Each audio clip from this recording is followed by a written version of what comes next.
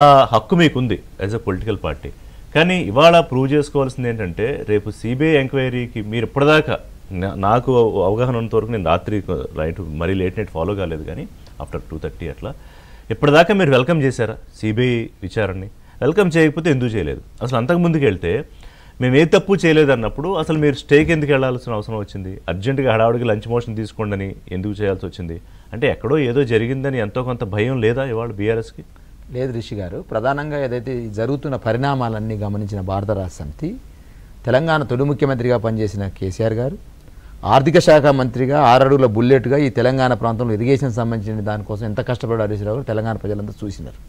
హరీష్ రావు గారి యొక్క క్యారెక్టర్ని, కేసీఆర్ గారి యొక్క క్యారెక్టర్ని బదనాం చేయాలనే ప్రయత్నం గవర్నమెంట్ పూనుకున్నప్పుడు, ఎందుకంటే జూలై 31వ తారీఖు 2025లో ఘోష్ కమిషన్ బయటపెట్టింది. ఘోష్ కమిషన్ నివేదిక ఇచ్చింది సార్. నివేదిక ఇచ్చిన తర్వాత ఆగస్టు 4వ తారీఖు రోజు క్యాబినెట్ సమావేశం జరిగింది సార్. ఆగస్టు 4వ తారీఖు క్యాబినెట్ సమావేశం జరిగిన తర్వాత ఏం చేయాలి? మీరు అసెంబ్లీలో పెట్టాలి. కానీ మీరు పవర్ పాయింట్ ప్రజెంటేషన్ ఇచ్చి ఎందుకు మీడియాకి చెప్పారనే దాని మీద మేము ఎలిగేషన్ చేసినాం సార్. 1952 ఏదైతే యాక్ట్ ఏదైతే ఉందో ఆ ఎంక్వైరీ ఆఫ్ యాక్ట్ ప్రకారం మాకు 8B 8C ప్రకారం ఒక సాక్షిగా పిలిచిన వ్యక్తిని, అది కేసీఆర్ గారిని కావచ్చు, హరీష్ రావు గారిని కావచ్చు, మిగతా వ్యక్తులు కావచ్చు, సాక్షిగా పిలిచిన వ్యక్తిని కమిషన్ ఎట్లా దోషిగా తేలుస్తుంది? కాబట్టి ఒక ప్రజాప్రతినిధి, ఒక తెలంగాణ తొలి ముఖ్యమంత్రి, ప్రజలలో ఒక పాపులర్ మనిషి పట్ల మీరు ఒక ఆరోపణ చేసేటప్పుడు మళ్ళీ క్రాస్ చెక్ చేసుకునే అవకాశం ఇవ్వాల్సిన అవసరం సెక్షన్ 8B 8C తెలియజేస్తుంది. ఇది 1952 ఎంక్వైరీ యాక్ట్ ప్రకారం.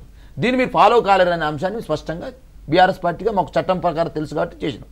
గతంలో ఎల్కే అద్వానీ విషయంలో జరిగింది, ఉమాభారత్ విషయంలో జరిగింది, దాల్మియా విషయంలో జరిగింది, అనేక రకాల విషయాలు జరిగింది. కాబట్టి మా చట్టం మేము ఉపయోగించుకోవాలి కాబట్టి మేము వెళ్ళాం సార్.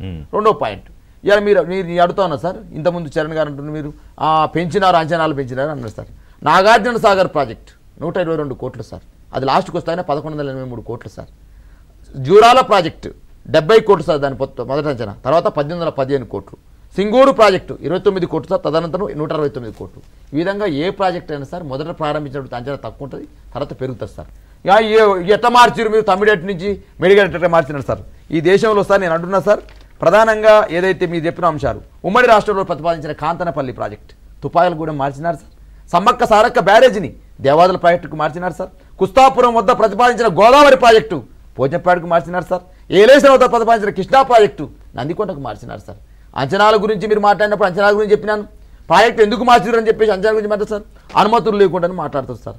13 రకాల అనుమతులు సార్. ట్రైబల్ వెల్ఫేర్ డిపార్ట్మెంట్, కేంద్ర జలవనరుల సంఘం ఎన్విరాన్మెంట్ అనుమతి 22 తారీఖు 12/2017, హైడ్రలాజికల్ డిపార్ట్మెంట్ అనుమతి. రాష్ట్రం ఒక నిమిషం రేవంత్ రెడ్డి కేసీఆర్ మీద హరీష్ రావు మీద బురద జల్లారు అనుకుందాం, మరి ఎన్డీఎస్ఏ రిపోర్ట్ సంగతి ఏంటి? కాగ్ సంగతి ఏంటి? అంటే బీజేపీ కాంగ్రెస్ కుమ్మక్కయ్యి ఇప్పుడు బురద జల్లుతున్నాయా కాళేశ్వరం? సార్ స్కూల్ బంధం బలపడుతున్నావా సార్? ఏ స్కూల్ బంధం? ఇది ఆర్ఎస్ఎస్ స్కూల్ చదువుకున్నా, ఇది కాలేజ్ ఏమో చంద్రబాబు నాయుడు చదువుకున్న, ఉద్యోగం రాహుల్ గాంధీ దగ్గర చేస్తాను కదా సార్.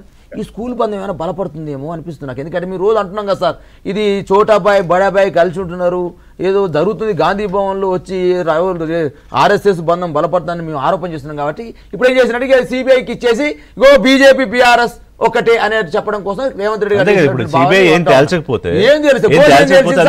ఘోష్ ఏం తెలిసింది సార్? ఘోష్ చెప్పింది క్లియర్ ఏం చెప్తారు సార్?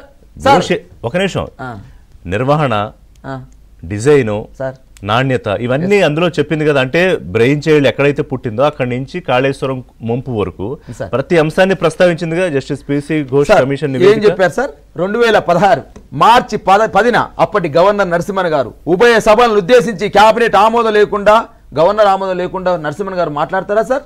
2016 మార్చి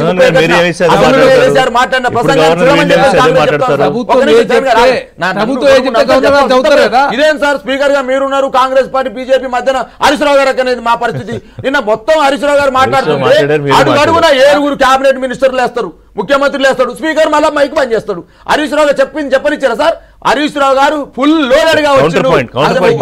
కంప్లీట్ చేయండి సార్, కంప్లీట్ చేయండి సార్, కంప్లీట్ చేయండి సార్.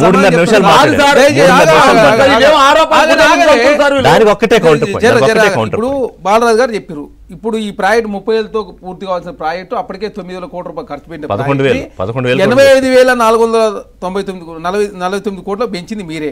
ఇందులో 27,739 కోట్లకు మీరు 11.5% వడ్డీ తీసుకొచ్చి, అదే కాకుండా ఇంకో 36,536 కోట్ల